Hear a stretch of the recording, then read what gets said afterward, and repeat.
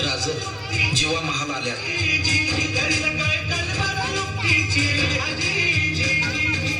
या जीवा काय म्हणतोय खान? महाराज, खानाला तर खात्री पटली की आपण घाबरलात. छान, आम्हाला हेच हवं होतं. महाराज, आजच्या भेटीचं काय करायचं? पंतांकडून निरोप झाला, म्हणावा की आमची तब्येत जर अस्वस्थ होते दुपारची वेळ ठरवा. जी.